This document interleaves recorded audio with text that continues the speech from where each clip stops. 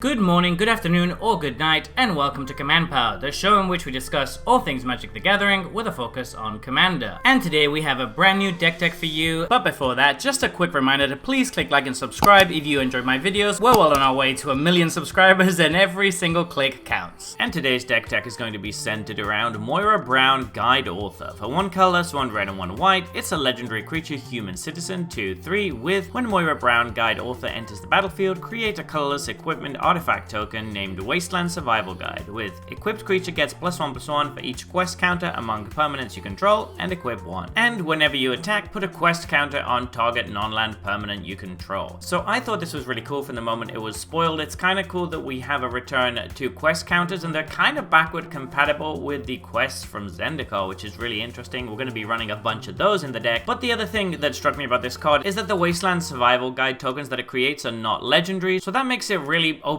to abuse, and that's what we're going to be trying to do. We're going to flicker it a lot in order to get the ETB over and over. We're going to be running token doublers, of course, to benefit from that as well, and we're also going to have a little proliferate sub-theme to make sure that we can get more quest counters than we would otherwise be getting. Not only that, we're going to have a bit of an artifact sub-theme and an equipment sub-theme, so there's a lot going on in this deck, and most of it I think is quite interesting. I'm really interested in seeing what you guys think about this one, so without further ado, let's jump in. And we're starting off with ENT Elementalist. We have a fair amount of instants in the deck, so this is nice because it can recur those, and since we have a blink sub-theme, we can get to use its ETB over and over. Bronze Guardian is going to be really good by giving all of our artifacts, including our Wasteland Survival Guide, Ward 2. Not only that, but he's going to get fairly big, and the double strike means that if we equip the Survival Guide to him, he can deal a lot of damage. Charming Prince is great for rebuying Moira's Enter the Battlefield ability. Chiscoria, Forged Tyrant should come down for fairly cheap because we're running a lot of artifacts, and then it can give us some very nice virtual card advantage. Greg Boone, Novak Guard is very sweet. It gets to put quest counters on itself very fast, and that means that if you have the Survival Guide equipped to it, it gets really big, which then means that it's going to deal a bunch of damage to either an opponent or the creature they control, and since he has lifelink, that's also going to gain us a bunch of life, so it's just very solid. Darksteel Juggernaut is going to be very big in this deck, and we can also equip the Survival Guide to it in order to make it even bigger. Duchess Wayward Tavern Keep is a pretty solid one. We're going to be putting quest counters on a lot of creatures when they deal combat damage, and then we can actually turn those into junk tokens, which we can trade in for cards later. Eddie Lonesome Eyebot is going to be very nice, particularly since we can proliferate the counters on it and eventually cash him in for a bunch of cards. Fathom Fleet Swordjack is a great way to finish the game in this deck. We're very likely to have quite a few artifacts in play, at which point this is going to deal a ton of damage. Bella the Guardian is yet another way we can rebuy our Commander's Enter the Battlefield trigger. Grateful Apparition is really good in this deck. We can play it out on turn 2, drop Moira on turn 3, attack with Grateful Apparition, get a quest counter, and then proliferate that quest counter immediately, which is very nice. Hedron Detonator works very well with all of the artifacts we're going to be creating, and it can even give us some pseudo card advantage late in the game. Ingenious Artillerist is similar to Hedron Detonator and deals damage whenever an artifact enters. Inti is in the deck mostly for the trample that it grants when a creature attacks. That's pretty nice because we can push through a bunch of damage thanks to our survival guides. Mondrak Glory Dominus is obviously fantastic because getting 2 survival guides whenever Moira enters is big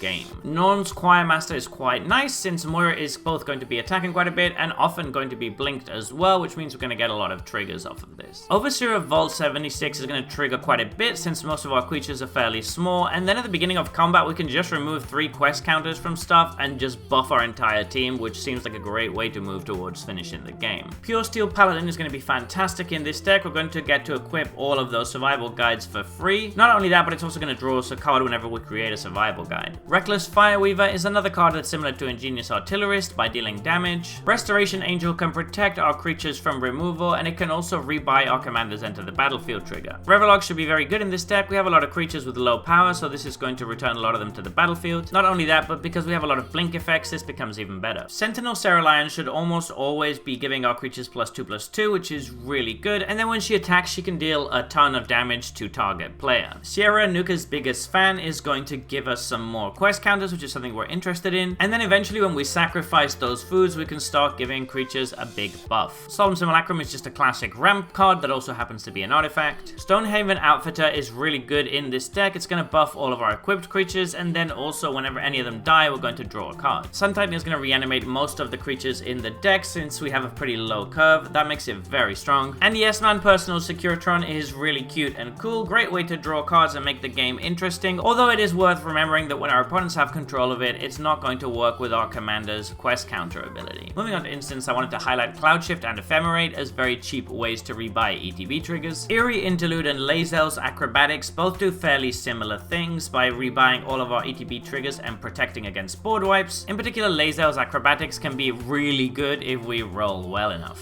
Vault Charge is a nice removal spell for small creatures that also allows us to proliferate. And moving on to artifacts, we have Conjurer's Closet, which is a great way to rebuy our Enter the Battlefield triggers and make a bunch of equipment with our commander. Expedition Map is in the deck mostly so we can find one of our important utility lands such as Khan's Bastion, Nesting Grounds, or Rogue's Passage. Glistening Sphere comes in and it proliferates, which is something that we're absolutely there for. Key to the City is very good in this deck because our creatures are going to get very big, but a lot of them lack evasion, so this is a good way to make sure they get through. Netto Cyst is going to be absolutely massive with all of the artifacts that we're making in this deck. Recon Craft Theta is really nice. We get a creature that's going to grow with our proliferate effects, and it even proliferates when it attacks. Staff of Completion is yet another way to proliferate, even though it's going to cost us a little bit of life. Sword of the Animist works well with our equipment sub-theme and is going to search us up some lands. Sword of Truth and Justice is really good in the deck because proliferating is something that we're very interested in. And Thousand Moons Smithy seems like it would be really good in this deck. We can just tap our survival guides amongst other things in order to flip it very quickly and then start pumping out huge creatures turn after turn. For enchantments, we have Anointed Procession, which is going to be really good just like Mondrak by doubling up all of our survival guides. Luminarch Ascension is an absolute meme in this deck. We only need to get one quest counter on it and then we can start proliferating and then pumping out angels. Nahiri's Resolve is going to be great by rebuying all of our Enter the Battlefield triggers over and over. Quest for Pure Flame is really good. We can just let it sit there accruing quest counters while it buffs all of our survival guides and then eventually cash it in for a huge burst of damage. Quest for the Holy Relic can similarly sit there gathering up quest counters, and we can actually cash this one in to search for something like Sword of Truth and Justice. Sunspring Expedition we shouldn't ever need to cash in until we're absolutely desperate, so it can just pump all of our survival guides very nicely. Teleportation Circle rebuys all of our Enter the Battlefield abilities, which is really solid. The Brothers War is going to work very nicely because we have a lot of stuff that we want to sink mana into, so the Power Stones are going to be good, and then the Goat Effect's always useful, and finally the last mode can really win us the game out of nowhere by dealing a bunch of damage. Sektar Shrine Expedition, similarly to the other quests, can just kind of sit there getting quest counters and buffing our survival guides until we're ready to go for lethal. For Planeswalkers, we're running the Eternal Wanderer, which fits so perfectly in this deck because all three modes are relevant. The Blink effect on the +1 is obviously very good. The Zero effect giving us a double striker that benefits from our equipment is also nice, and obviously the -4 being a great board wipe that can leave us with one creature that can then equip all of our equipments is very good. For lands, I wanted to highlight Khan's Bastion, which is a great way to proliferate repeatedly without taking up a spell slot. Nesting Ground is very good because it can allow us to move quest counters to other permanents. So for example, we could move a quest counter onto Luminarch Ascension so that we can start proliferating it. And Rogue's Passage and Access Tunnel are very important in this deck because our creatures are going to be very big, so we want to make sure they can get through for damage. Do bear in mind that with Access Tunnel, you'll have to target it first before you equip our survival guide, otherwise you won't be able to swing through. So there you have it. That has been my Moira Brown Guide Author deck tech. This one's really cool because I feel like it's very different from any other deck we've ever seen. Quest counters are a really cool mechanic. I think they could have done a little bit more with it, but still, there's a lot of cool interactions here to work with. But what do you think? Are there any cards you think I missed? Any things you think I shouldn't have included? Let me know in the comment section below. I read all comments and respond to all of them too. And if you enjoyed this video, don't forget to click like or subscribe.